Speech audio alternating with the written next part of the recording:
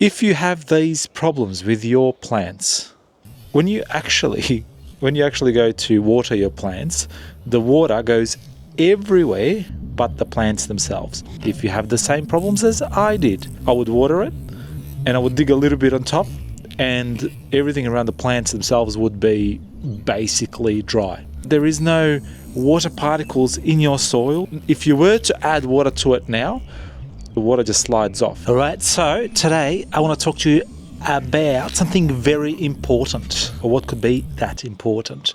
Well, I can't believe that I actually made this mistake, but I did. Okay, I did. And the mistake is that for 2-3 years in a row, I actually stuffed up my garden and the plants did not grow at all. And you're probably thinking to yourself, why would you persist with that? Why would you persist with the plants not growing for a few years? Well, it's a problem that I had and I wanted to solve. Now, did I solve it straight away? No, I didn't. So what ends up happening is I would, add manure, add all of this sort of stuff. I would water it and I would dig a little bit on top and everything around the plants themselves would be basically dry. It would be bone dry. And the first week, or within about a week of some really, really hot weather coming along, everything around the plants would be dry. Now, Australia is an interesting place. In particular, I'm in Victoria. So it does get quite dry during summer here and even winter. Like I don't think we get a lot of rain during winter as well. So it's basically summer, just colder. So for me, I really, really, really struggled with dry soil, extremely dry soil. I also spent $300-$500 for the season in watering. So it's not like I was underwatering. I was in fact watering quite a lot, given how much money I was actually spending on water. So watering isn't the part that actually really made, or I should say, me watering or not watering or lack of watering was not an issue. So lack of watering was not an issue because I was watering the living hell out of my garden. The absolute living hell out of my garden. And even after watering so much, after spending so much money on water, guess where it went?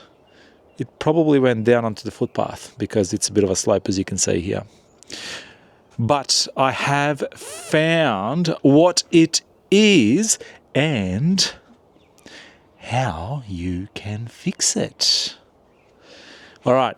So the term for the issue that I have been having, for the issue that you're likely having as well, is hydrophobic soil. Now, what does hydrophobic mean? It means that it dried out too much, that there is no water particles in your soil, and now the soil is just coated with some wax material, which means that if you were to add water to it now, like any wax material, the water just slides off. It's very similar to coating it with like some oily material and the water just sort of like slips off. That's exactly what's been happening, right? Now we know that what the problem is, right? I didn't know. I only found this out recently. So it's only a recent revelation of mine. I used to water my garden, or I should say water the living hell out of it, hoping that it comes back. Now, to be fair, during a very, very rainy season, the soil does actually come back to some reasonable levels of moisture in it, but it's never really that good. Now, what I want to show you is what I've done to actually make a difference. Okay. All right. Before I actually reveal what I used to recondition my soil to be better, let's just have a bit of a look at why and how we actually get the soil to be dehydrated in the first place, right? A couple of things that are likely for my garden. I did put a lot of mulch down, and it says that when you do have a lot of organic material, there's that this wax content can build up on the soil itself. Okay, so we know that it can build up when you have a lot of organic material. That can happen. Another thing that can happen is soil simply drying out. So during summer, if you don't water it for 2-3 days, it will simply dry out. And when it dries out too much, it basically just dries out the water particles, and the only thing that's left is obviously the soil and then this wax content that's on top. Now, there's probably many other reasons how and why this can happen. I can't think of any other reasons in my situation here. I'm not saying that, for you might be a bit different. For me, the stagnation of the plants growing, and as a matter of fact, they would grow, they would just not grow that much. It has really been because of this. So now that we know why it happens, we know, sort of like when we should hopefully also fix the issue. So this is what I have to fix the issue with my soil. So it's Super Soil Wetter and Conditioner. So it says shake well before use. I don't know if I actually did that. Sea Soil Super Soil Wetter and Conditioner increases the wettability of hard to wet soils, allowing deeper penetration and retention of water at the root zone. And this is exactly what you need. Now, why do you need this? A couple of reasons. One being that you want your plants or your roots to be moist. When the plants and roots are moist, it means that they can actually take on new nutrients. So the fact that I was adding so much of, let's say, fertilizer, manures and all that sort of stuff, it wasn't really absorbed by the plant because the roots themselves are not wet to be able to absorb that properly, right?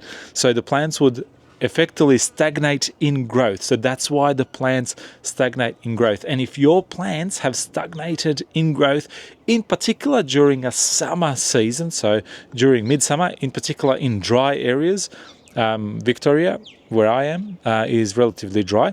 So if that is the case, it could be the culprit that you just don't have enough moisture around your plant roots for the plants to actually absorb the nutrients into their own system. Now, without rambling too much, the other issue I think that happens because of this hydrophobic soil is that it actually dries out all the really, really important bugs and important microbes in the soil. Nothing can live there. So when you grab a really, really healthy soil, you can sort of almost see things moving around. You bring it to your face, you can fresh how smell it is, how fresh it is, you can smell how fresh it is, and all that sort of stuff. I couldn't do that with my soil because it was literally just, you grab it, and especially this happens a lot with potted soil, right? With potted soil, it just happens a lot. So as soon as your pot dries out, it'll go hydrophobic, which means that it'll sort of remove all the water particles, and watering that can be absolute nightmare. So you water it and the water just seeps from the sides, exits it, and you'll almost never have wet roots. So the problem is that it actually also, when the soil dries out, it also dries out all the microbes in there as well. Therefore, the soil has no life. What does no life actually mean? Well, it means that there is no life that is in the soil that helps your roots out. The plants are very similar to us as far as how they like to be treated health-wise. They like to be treated organically, which means that they like their food organically and not fed through an IV. So if you want to just, give granules and things like that, or fertilizer, then, just adding water, fertilizer to the roots, you will have probably reasonable plants, but they are not going to be diverse in the nutrients that they get. So there's likely going to be some nutrients that are missing from there. That's why if you want to, video for another day, but if you want to have soil being organic, which means that, where the plant feeds itself through the soil and through organic matter, it's going to be a lot better for the plant long term than, let's say, if we're constantly shoving fertilizers and all that sort of stuff that are not organic, if that makes sense. Anyway, side note there, but by having hydrophobic soil means that you kill all matter in the soil, and there's nothing in there that's living.